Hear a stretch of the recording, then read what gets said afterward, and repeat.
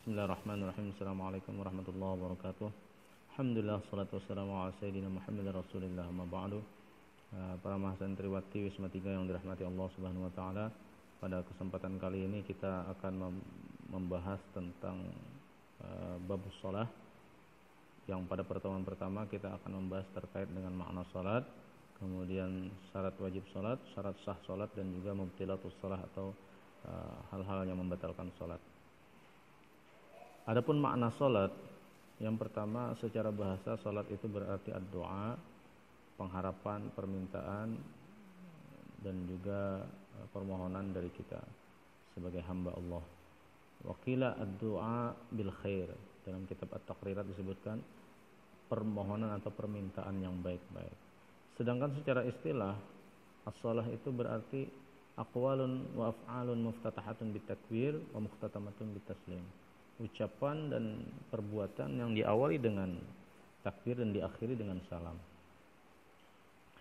Terkait dengan perintah salat dalam Al-Quran itu banyak sekali perintah Allah yang dalam bentuk wa aqimus shalah, dirikanlah salat. Tetapi Al-Quran memang tidak merinci bagaimana tata cara salat itu, sehingga Rasulullah mengatakan sallu kama ra'aitumuni usalli, salatlah kalian sebagaimana kalian melihat aku salat.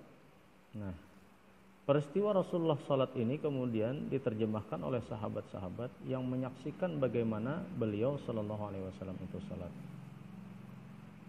Nanti ikhtilaf itulah kemudian bisa terjadi, bisa muncul karena penglihatan sahabat yang satu dengan penglihatan sahabat yang lainnya itu mungkin berbeda, sehingga dalam riwayat juga terjadi perbedaan penafsiran. Adapun keutamaan salat yang disampaikan oleh Rasulullah SAW itu banyak sekali. Misalnya beliau mengatakan awwalu ma yuhasabu bihil 'abdu yaumil qiyamati as-shalah. Fa in saluhat saluha sa'iru 'amalihi, fa in fasadat fasada sa'iru 'amalihi. Pekerjaan yang pertama yang dihisab oleh Allah di hari kiamat itu adalah as-shalah. Kalau salatnya benar, maka ada kemungkinan pekerjaan-pekerjaan yang lain itu benar. Tapi kalau salatnya sudah salah, maka kemungkinan besar juga pekerjaan yang lain itu juga mengalami kesalahan-kesalahan. Rasulullah juga mengatakan man tarakas salata muta'ammidan faqad kafara jiharan. Orang yang dengan sengaja meninggalkan salat, maka dia sudah memproklamirkan dirinya menjadi seorang kafir secara terang-terangan. Jadi nyaris tidak ada hal yang membedakan antara kita dengan non-muslim itu kecuali dengan salat. Jadi salat itulah yang membedakan kita dengan yang lainnya. Dalam Ihya, Imam Ghazali juga menukilkan sebuah hadis Nabi, man taraka salatan muta'ammidan faqad bari'a min zimmati Muhammadin alaihi salam. Orang yang meninggalkan salat dengan sengaja, maka Rasulullah itu sudah, jangan bahasa kita tuh acep, aku acepai dari ikam, artinya aku kada peduli lagi, ikam sudah di luar kuasa aku, ujar Nabi. Artinya dalam bahasa lain itu Rasulullah tuh kada peduli lagi lah lawan orang tersebut. Nah, maka hati-hati saudara-saudaraku sekalian dengan perintah salat ini. Kita langsung masuk kepada tema berikutnya, yaitu syarat wajib salat. Syarat wajib salat ini ada beberapa. Yang pertama Islam, artinya hanya seorang muslim yang mendapatkan kewajiban perintah salat.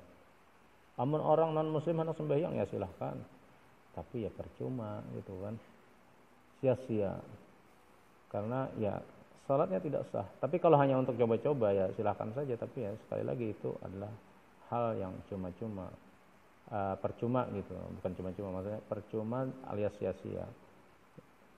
Makanya kata orang bijak itu kan jangan berbicara atau berbisik kepada orang yang tuli, dan jangan menari di hadapan orang yang buta. Kenapa? Karena ya itu perbuatan sia-sia. Seindah apapun tarianmu, karena dia tidak melihat, ya dia tidak akan menikmati apapun dari keindahan itu.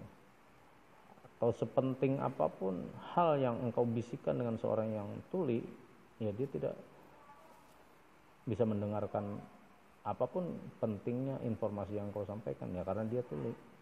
Nah, jadi intinya tuh sia-sia lah katanya. Jadi non muslim kalau hendak sembahyang ya syahadat aja dulu. Kemudian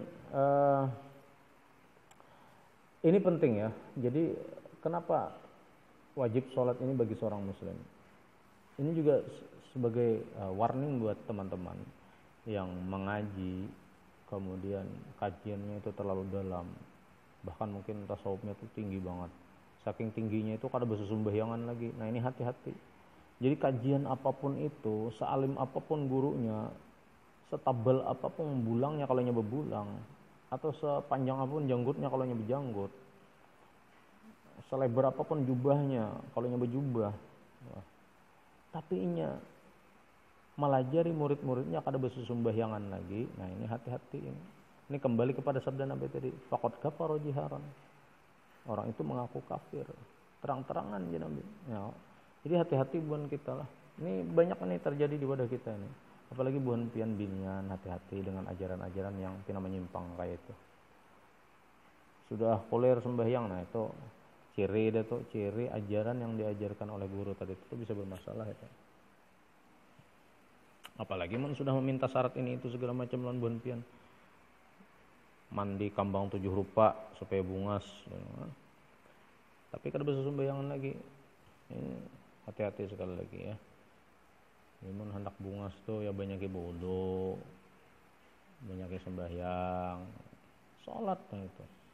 Lain cahayanya orang yang sholat dengan orang yang mandi kambang 7 rupa. Kemudian yang kedua syaratnya adalah baligh. Baligh artinya sudah beranjak dewasa. Untuk ukuran laki-laki dan perempuan umum yang dia tidak bermimpi basah atau keluar manit tapi juga tidak melalui mimpi, atau seorang perempuan yang tidak keluar haid dan nifas, tidak mengalami hal ini, maka minimal itu sudah berusia 15 tahun dalam hitungan hijriah.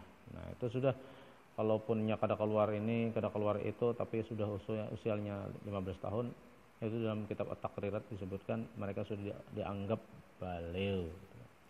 Kemudian yang ketiga berakal. Berakal itu ukurannya bisa membedakan sesuatu yang baik dan buruk. Nah, jangan hanya sandal di masjid yang baik dan buruknya bisa dibedakan, tapi perbuatan itu yang utamanya. Perbuatan yang baik nang kayak apa, perbuatan buruk nang kayak apa. Tadi orang yang ada bersembahyangan tuh baik buruk, misalnya buruk, nah artinya orang ini bisa memayas sudah. Nah, ini bisa jadi orang yang tadi tuh kada sembahyangan lagi itu kada memayas artinya kan kada berakal gitu orangnya. Sebagian ulama mengatakan bisa membedakan antara kiri dan kanan misalnya. Cuman ini masalah juga pang kita ini sepalih ada nang kada tahu di kiri dan di kanan sambat kiri sambat kanan, nah itu bahaya juga. Nah, ukuran utamanya itu baik dan buruk. Tapi menurut orang Banjar ini umumnya kada bisa membedakan mana hijau mana biru disambat hijau disambat biru. Nah ini umumnya orang Banjar, tapi menang warna kuning itu tahu aja sebertaannya. Kalau emas itu kan warnanya kuning, tapi kada sebertaan kuning itu emas. Nah. Kemudian syarat yang keempat, suci dari haid dan nifas. Maka tidak wajib bagi perempuan yang sedang haid dan nifas itu dia mengerjakan sholat, baik adaan maupun qadaan. Jangan juga lelentih, semantang-mantang semangat benar dalam beribadah, semangat benar dalam menjalani ajaran Islam. Aku semalam haid 7 hari, maka hari ini aku hendak mengqadha sembahyang nangku tinggalkan selama haid itu 7 hari juga. Nah itu kada memahami ajaran Islam ya Allah. Nah yang kelima, telah sampai dakwah, bulughud dakwah. Bulughud dakwah itu artinya sampai bujur-bujur ajaran Nabi Muhammad itu kepada seseorang itu atau pada kaum. Misalnya kalau memang kita sulit lah mengatakan wah ini itu sampai wan kadanya, tapi kita harus paham dan sadar juga bahwa di negeri kita ini sendiri masih ada daerah-daerah yang belum terjamah oleh informasi-informasi terkait agama Islam. Misalnya daerah-daerah seperti kan beberapa waktu yang lalu Ustadz Fadlan Garamatan itu kan sering memposting bagaimana Sidin mengislamkan orang-orang yang ada di Papua. Nah misalnya orang-orang di Papua itu mereka diislamkan, tapi setelah diislamkan bubuhnya kada dilajari sembahyang.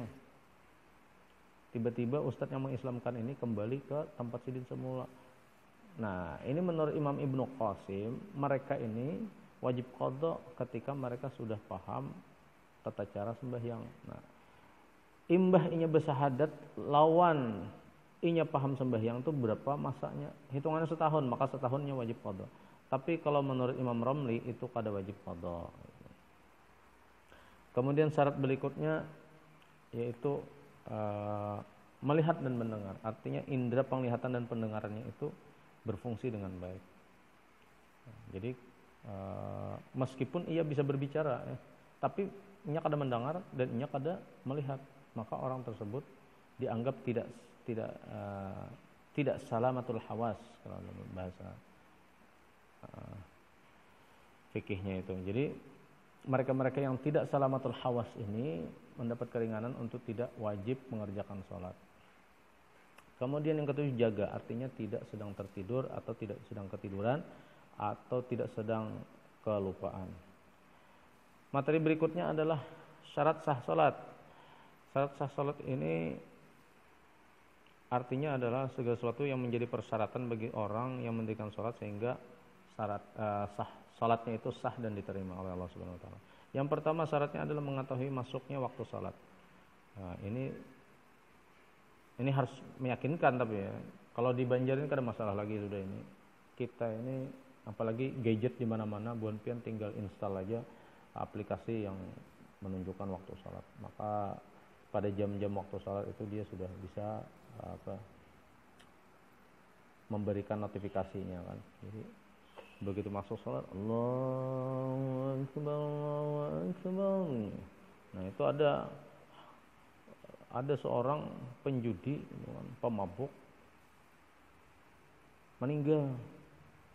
Imbah dikubur, sekalinya kada lawas menjelang maghrib, kuburannya itu berbunyi orang azan. Takajutan aja orang sekampungan. Wah, rupanya wali, ini diam-diam aja. Pemabuk, penjudi tadi. Sekali dibongkar-bongkar, soalnya HP tukang gali kubur tertinggal di dalam itu. Nah, gara-gara ada notifikasi azan itu, lalu ketahuan pada ada HP-nya tertinggal di dalam kubur. Yang kedua menghadap kiblat. Menghadap kiblat ini ikhtilaf sih ulama, ada yang mengatakan harus ainul kiblah, harus sesuai dengan ainul kiblah, dan yang kedua tidak harus sesuai ainul kiblatnya. Artinya asal ke arah barat saja itu sudah cukup. Nah, itu ada dua versi ya. Yang ketiga suci dari haid besar dan kecil. Suci dari hadas besar dan hadas kecil. Kemudian suci badan, pakaian dan tempat, menutup aurat. Nah, menutup aurat ini laki-laki kan auratnya antara lutut dan pusar, sementara perempuan itu kecuali wajah dan telapak tangan. Nah, sebagian ulama mengatakan bercadar itu makruh, terutama dalam sebagian pandangan mazhab Maliki. Kenapa makruh? Karena mereka yang berpandangan makruh ini tidak membedakan aurat di dalam sholat dan aurat di luar sholat. Di dalam sholat wajah harus terbuka, maka di luar sholat pun wajah harus terbuka. Nah, berbeda dengan pandangan mazhab Maliki, mazhab Syafi'i ini mengatakan sunnah. Tiga sih pandangan mazhab Syafi'i itu, wajib, sunnah, dan mubah gitu kan. Alasan mereka membedakan aurat di dalam sholat dan aurat di luar sholat. Lagi-lagi itu ikhtilaf. Kemudian selanjutnya yang keenam mengetahui fardunya sholat. Yang ketujuh tidak menganggap dan meyakini fardu sebagai sunnah sholat. Tadi kan mengetahui rukun-rukun sholat, kemudian kada menganggap pulang nang rukun tadi sebagai sunnah. Nah, jadi itu syarat-syarat sah sholat. Kemudian yang terakhir kita membahas tentang pembatal sholat atau mubtilatus sholat. Yang pertama berhadas besar maupun hadas kecil. Yang kedua terkena najis badan atau pakaian. Kemudian yang ketiga terbuka auratnya. Yang keempat berbicara. Jadi sembahyang itu tidak boleh berbicara ngobrol gitu kan. Yang kelima melakukan dengan sengaja hal yang membatalkan sholat. Kemudian banyak gerakan. Gerakan 3 kali dalam mazhab Syafi'i berturut-turut meskipun tanpa sengaja dan lupa. Tapi kalau dalam mazhab Hambali gerakan itu hendak 100 kali kada masalah gitu. Jadi bonpian kalau misalnya sembahyang dihiga bubuhan Hambali, menunya sembahyang bergaru-garu terus. Nah, paham-paham aja toh, itu mazhab Hambali. Kemudian yang ketujuh makan. Kemudian 8, 9, 10 sampai terakhir itu bisa buan pian baca seorang di dalam modul. Saya kira cukup sekian karena waktu yang terbatas untuk menyampaikan materi ini dibatasi 15 menit, maka saya akhiri dengan wabillahi taufiq wal hidayah. Wallahul muwaffiq ila aqwamit thariq. Assalamualaikum warahmatullahi wabarakatuh.